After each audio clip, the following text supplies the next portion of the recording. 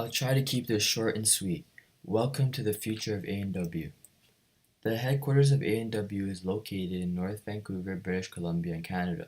The CEO is Paul F. B. Hollins, and there are over 950 restaurants across Canada. It first opened in Winnipeg, Manitoba in 1956. A&W stands for Allen and Wright. It is up there in competition with McDonald's, Wendy's, and etc. The idea was first met in America, but Canada started its own A&W. Due to competition from McDonald's, they came up with their own mascot, the Great Root Bear. The chain was originally part of the US-based A&W restaurant chain, but was sold to Unilever in 1972 and then bought by its management in 1995. It no longer has corporate connection to A&W operations outside of Canada. A&W is very successful in Canada as it has over 950 stores. They have expanded significantly since 1956, having locations in parts of Asia, such as Japan, Thailand, and Malaysia, and of course they have locations in the United States. This presentation will provide information regarding the economic, political, geographic, financial, and cultural aspects A&W has to take into consideration when moving into Saudi Arabia. Saudi Arabia's economy has a long history, but until relatively recently, its foreign investment world has was limited. However, Saudi Arabia is now a big player in a globalized economy. In 2005, Saudi Arabia joined the World Trade Organization. This helped with promoting global access to investment within the country. It also helped to modernize Saudi Arabian trade policy. The entrance of Saudi Arabia into the World Trade Organization made some of its market practices more standardized in relation to global practices. Other areas were negotiated by the government with an eye toward accommodating the residents of the sovereign nation. Essentially, Saudi Arabia is opening and expanding the areas in which foreign investors can participate. Saudi Arabia is also investing a lot more into infrastructure and technology as they want to do more besides oil.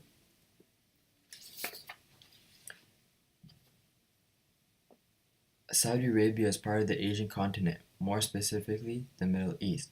Natural hazards Saudi Arabian people face are floods, earthquakes, volcanic, and dust storms. Saudi Arabia has a population of just over 34 million people, making them ranked 41st in countries with the most population. The capital city of Saudi Arabia is Riyadh, with a population of 4.2 million. Saudi Arabia's currency is the Saudi Riyal. One Saudi Riyal is about 36 cents Canadian. Saudi Arabia has a desert climate made up of extreme heat during the day and an abrupt drop in temperature at night, with a very low annual rainfall. With the influence of a subtropical high pressure system, there is considerable variation in temperature and humidity. The two main differences in the climate of Saudi Arabia can be felt between the coastal areas and the interior. Saudi Arabia's GDP per capita is 77,885.59 Saudi Riyal, which converts to 28,000 Canadian and 20,000 US. Saudi Arabia runs on Arabian Standard Time, making them 7 hours ahead of Toronto, Canada. Saudi Arabia has a mixed economy like Canada, as they do lean towards some government control. This means that Saudi Arabia uses both private and public ownership of capital and resources. Goods and services are produced and provided by both government and privately owned companies. Their economy is dependent on oil as it is their main export. Having a mixed economy is good for doing business because it allows more freedom. Mixed economies allow the freedom to possess the means of production, to participate in managerial decisions, to buy, sell, fire, and hire as needed, and for employees to organize and protest peacefully. Since this is the same as Canada, getting into business should be the same. Saudi Arabia's actual GDP growth was 3.6% on March 31st, 2019, which is showing that it is going up lately, making it promising as an investor. Saudi Arabia exports 2 billion US to Canada during 2017. Some of the items being exported was mineral fuels, oils, and distillation products. Saudi Arabia imports around 1.1 billion US from Canada during 2017. Main things being imported were vehicles other than railway and tramway, machinery, nuclear reactors, and boilers. This shows how Saudi Arabia's relationship with Canada have shared values and both need things from each other, making them key trading partners. Saudi Arabia has the largest mineral deposit in the Middle East. In the west of the country, their Arabian Shield is a major source of precious and basic minerals such as gold, silver, copper, zinc, chromium, manganese, tungsten, lead, tin, aluminum, and iron. This vast natural resource represents up to 22% of global oil reserves, more than any other country. Saudi Arabia oil production began in 1933 and oil exports in 1939. Some 8 decades later, Saudi Arabia has enough oil to last another 80 years at today's extraction rate of 10.2 million barrels a day. Each day, Saudi Arabia extracts over 7.5 billion standard cubic feet of natural gas. Saudi Arabia is mostly filled with Saudi Arabian people, but other than that, some of the other major ethnic groups in Saudi Arabia are Syrian, which accounts for 9.7% of their population being the highest, Indian with 7.8%, and Pakistani being 4.6%. As a Muslim country, the religion that is practiced in Saudi Arabia is only Islam, as they are very strict about not practicing any other religions beside that. The official language spoken there is Arabic, as it is the mother tongue of Saudi natives. There are many business protocols, customs, and culture that is different between Canada and Saudi Arabia that A&W should know. So, for negotiation style, number one is loud and aggressive versus quiet and cooperative. It is considered normal in Saudi Arabia for a person to be aggressive and loud. It is their style of negotiation and indicative factor that they are concerned about the business and the dispute.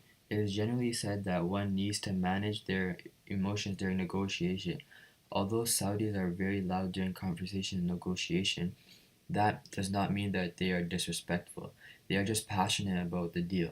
It is advisable that other negotiators be patient with them while a Saudi is speaking as a sign of respect.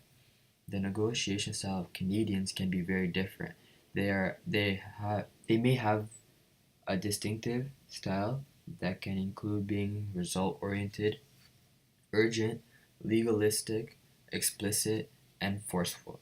However, because Canada itself is a very large country, it possesses a very diversified culture. These negotiation styles may vary according to circumstances, location, and demographics. Second is developing relationships first, straight to business. Saudis are keen on doing business with individuals rather than corporations. Before making any deal, they believe in building relationships first. This style is not just adopted by Saudi Arabia, but in the Middle East as a whole.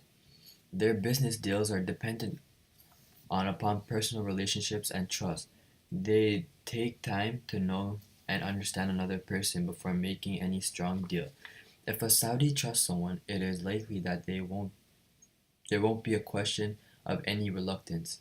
If a Saudi offers food and drink, and if the other party rejects such offer, it may certainly be considered to be a rude gesture. One must accept the offer to help create trust and build a relationship. Saudis are famous for their hospitality, and one can use it as an advantage to build professional and personal associations. You usually want to keep the negotiation started and generally leave the room for break, or even move around the room to stretch your legs often. Often, these gestures in other cultures may indicate a lack of interest. Overall, the business culture in Canada is very task oriented. Considering Canada is a capitalist country, people build business relationships when they can benefit in return. And as I explained above, Canadian negotiation and business culture may greatly differ from Saudi Arabia, given the differences in importance of relationships that are only business oriented but personal. Next, greeting etiquettes. Men shake hands. Good friends may greet each other with a handshake and then kiss on each cheek, sometimes three. This is in Saudi Arabia. It is a custom to hold the handshake for a lot longer than expected in the Western culture. Women generally hug and kiss close friends, and within business will generally shake hands or place hands on the heart. Men and women will not greet each other in public if they are not from the same family. This does not apply to foreigners though. Canadians shake hands and introduce themselves when meeting Canadians for the first time. Always shake hands firmly when meeting or departing. Eye contact is also important. So, for business attire, the main items of business clothing for Saudi Arabian men is a thawab, a long white robe that covers the body from neck to ankles.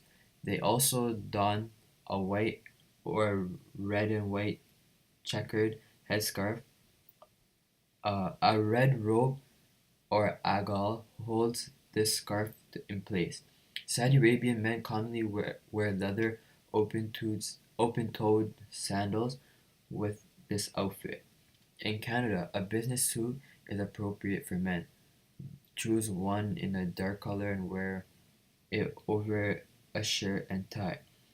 Although a short sleeved shirt is acceptable, most Saudi Arabian men, if they choose to wear a Western dress, opt for a long sleeved shirt at work.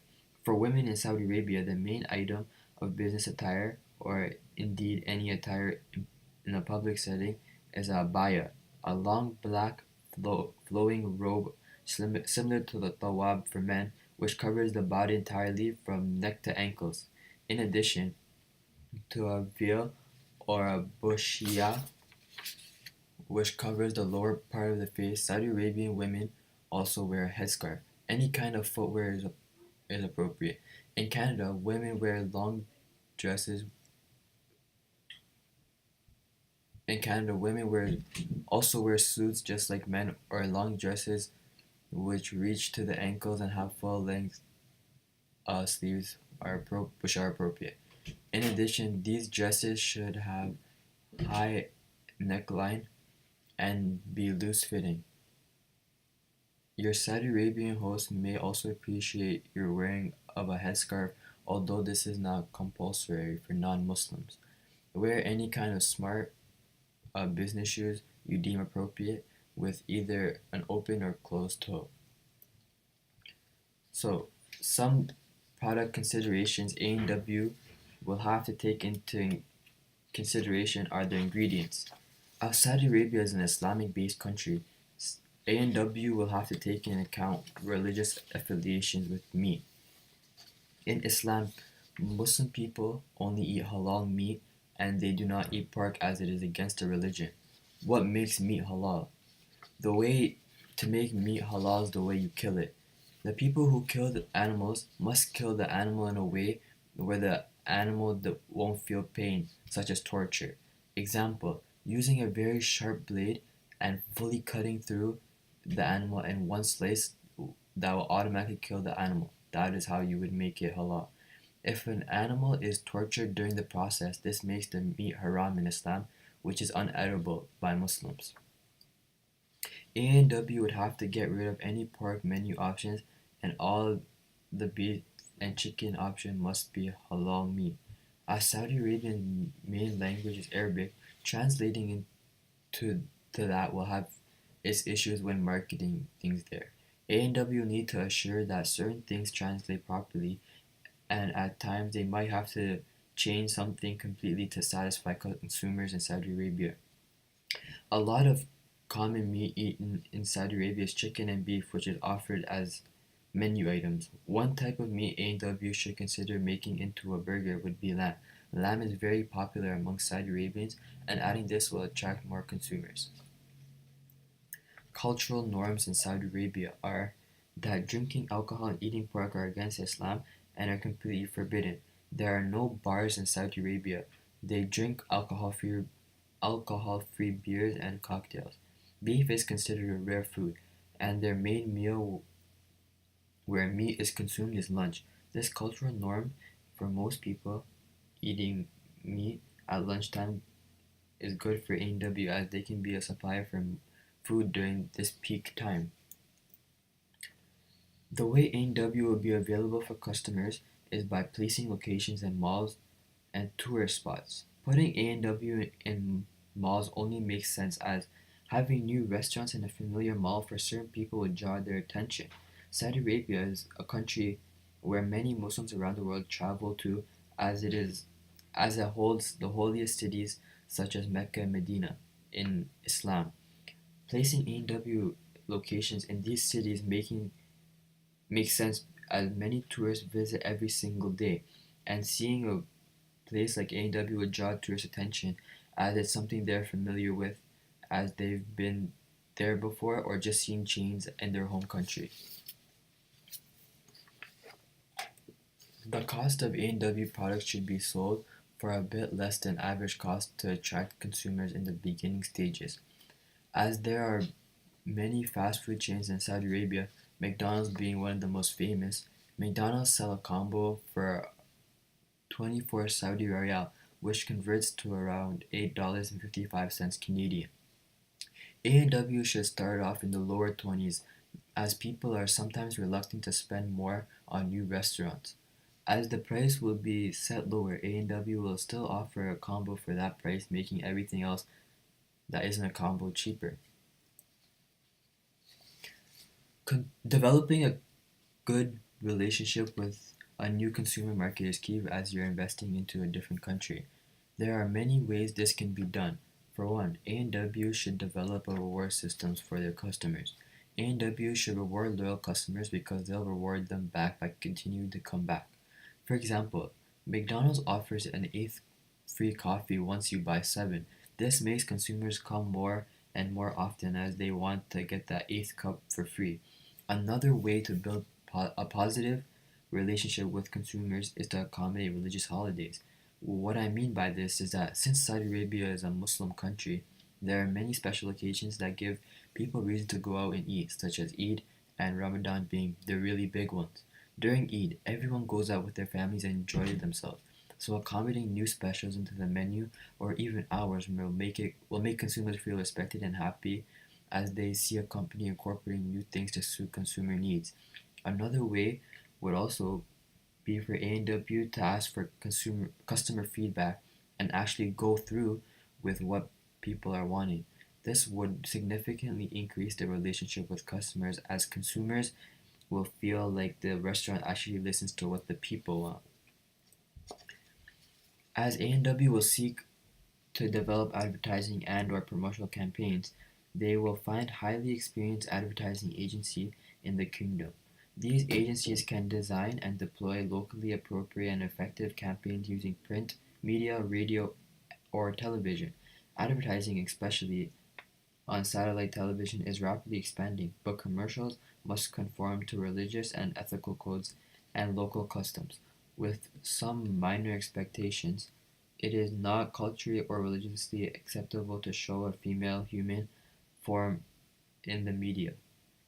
The Saudi monopoly on television broadcasting was broken with the introduction of satellite television, which also forced TV advertising rates to come down.